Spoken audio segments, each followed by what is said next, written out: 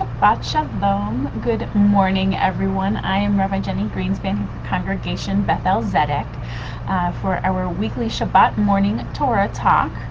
And I apologize, it looks like on our website we still have last week's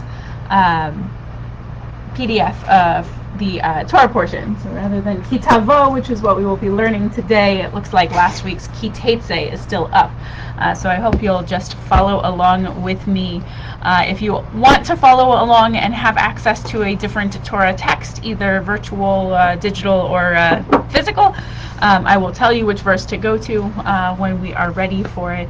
I'll say firstly Shabbat Shalom and welcome. It's good to see everybody. Shabbat Shalom and welcome to the Sclares, to Peter, to Honar Mayer, to the Seagulls, to Alan Hamburger. Shabbat Shalom. So good to see everybody each week and to get to share this little bit of exploration of Torah together. So let's say Shabbat Shalom. This Shabbat Shalom Phyllis Luger. Give us a moment, and I'm going to locate myself in the Etz Chaim Chumash in case you do have a physical copy with you at home. And if you do not, you can either use sefaria.org, sefaria.org, or any number of other digital options to follow along with me on the particular verse. Today we are reading from Parashat Kitavo. Last week was Kitetse when you go out. This week it's Kitavo when you come back, when you come in. And this one looks at what will happen when our ancestors are to get into the land. This Parsha is full of chapters that have a lot of process of hope in the kind of underlying theme. It does include the tochacha, or the rebuke. This is the bad to expect if we don't take care of the land in the way that God tells us to. But there's so much hope for what beauty we will find in the land, for the first fruits, for the land flowing with milk and honey, the Eretz Zavat Chalav Udvash. There's a bit of an old camp song and an old early Zionist song that goes with that verse of hope.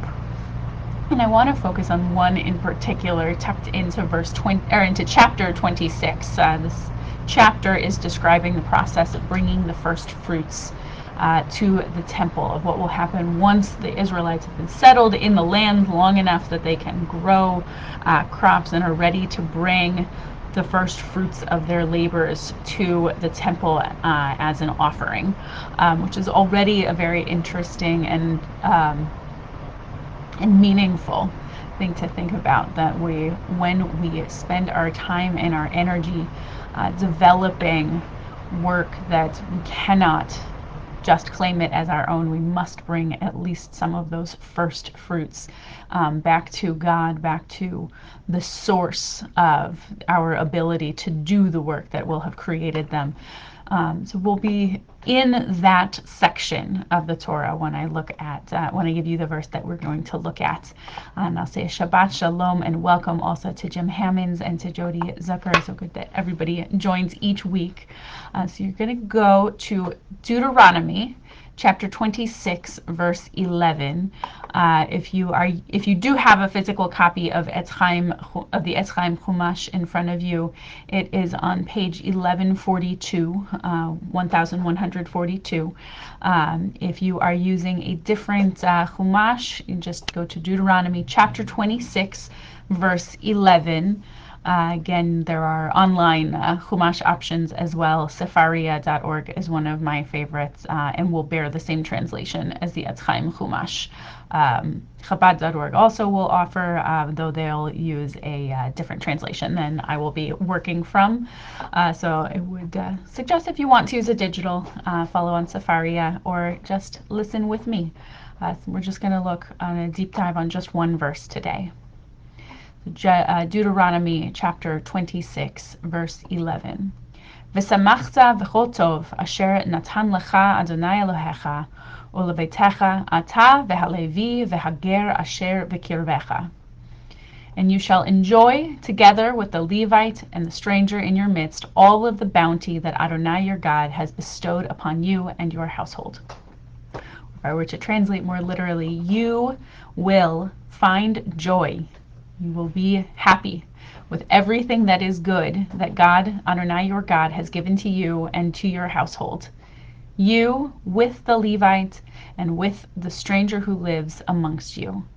Or as many rabbis interpret that, stranger who lives amongst you, to be the person who's chosen to be a part of your community. Often we think of that as a convert, someone who has chosen Judaism after their birth. So there's an understanding here that you are not supposed to celebrate alone. So I'm going to look at two different commandments that seem to be kind of tucked into this verse. One is v'samachta v'chol hatov. You shall enjoy all of the good things that God has given to you. You shall be happy. We've spoken before about the difficulty of the Torah prescribing emotions. Usually we are looking at the word ve'ahavta, and you shall love. But here we have v'samachta. You will be happy. You must be happy. And what's interesting about v'samachta versus ve'ahavta is that I think that this one is actually a little bit more commendable. We often expect that joy and that happiness is something we have to wait for, and that at the right moment in our lives, the right thing will happen and we will just be happy. But we also know that while that is true, we have the opportunity as human beings to look for the thing that will make us happy, to see that in front of us, even in a world of difficulty and a world of lots of reasons for turmoil and for anger and frustration and depression, there are still spots of joy. There's still things to look at and be grateful for and to be happy about. Can still be joyful at our opportunities to connect even in this way, even while we feel a bit of despair that the virus continues to hinder our lives and our normal activity. We can still find the joy in the fact that we have a way to work around that and to be together and to still learn our Torah together. We have all kinds of opportunities in our homes, even as we get tired of spending more time in them than we may have a few years ago, to see all of the bounty and the blessings that are there. We are being encouraged here in our Torah portion when God says, v'samachta v'chol hatov. You shall be happy with everything that is good that God has given you. We're being told to choose joy, being told to choose the side of optimism when we can. And then we're also told how, I think. So v'samachta v'chol hatov asher natan lecha Adonai Elohecha uleveitecha. You're going to choose the joy for the good, for everything that God has given to you and to your household. But the joy of who you're supposed to do that with is not just you and your household. Ata, you, v'halevi, v'hager asher bikirvecha. You and the Levite, who is the leader. The Levites in the ancient world are the ritual leaders of the Israelite people, but they don't own their own land. Again, I mentioned this verse comes in the section about offering first fruits. The Levites don't own their own land, nor does, by ancestral heritage, the stranger who lives amongst them, the person who has chosen to live as a part of this people.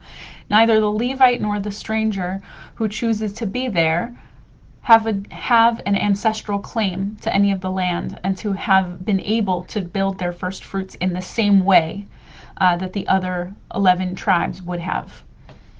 So how do we choose joy? It's not just to stay in our bubble, it's to find the way to reach out to those who do not have the same access to what we are offering here.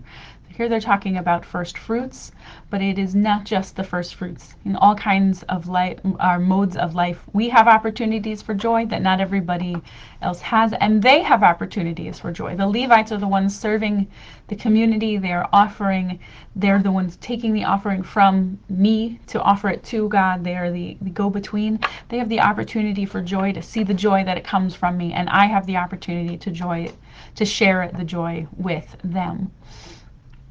It is written in Penine Halacha, it's a later work on Jewish law. The mitzvah of joy, of Simcha, requires a person to include their entire family in their enjoyment, uleveitecha, your household, and to include the poor and the despondent, the people who've chosen to be there and may not have their own. This is not just a pious act. It's not just a nice, righteous thing to do, but the Simcha is actually required by the Torah. We're required to be joyful. He then pulls on a verse from a couple of weeks ago when we were also describing our festivals. You shall rejoice in your festival with your son and your daughter, your servants, those that live with you, the Levite, the stranger, the orphan, the widow, all in your community. And then we are codified to do this, that we are supposed to do our best to choose the joy and find the way to share it with others. So this Shabbat, as we move into the week ahead, I hope we can all find opportunities for joy, knowing that this is a very trying time and that many of us may not may not see the joy as immediately. It's not an easy time, but we have the opportunities for joy, and we have the opportunities to share. We can share our joy. Perhaps if we are feeling the strains more, if we share those, perhaps the person with whom we share our pains can also then share with us some joy. So this week, I hope that we all find opportunity to find a little bit of joy, and more importantly, to share a bit of joy, and to truly rejoice and enjoy in everything that God has given us, all of the good that God has given us. Shabbat Shalom. Thank you so much for joining me. Also to Jefferson Lopez Oliveria and to Marty Lip, Shabbat Shalom. And I hope that we have a week of finding joy and of sharing joy. Shabbat Shalom. Please join me at 10 a.m. either in our sanctuary or on our live stream for our Shabbat morning service, where we will read more of Kitavo together there. Shabbat Shalom.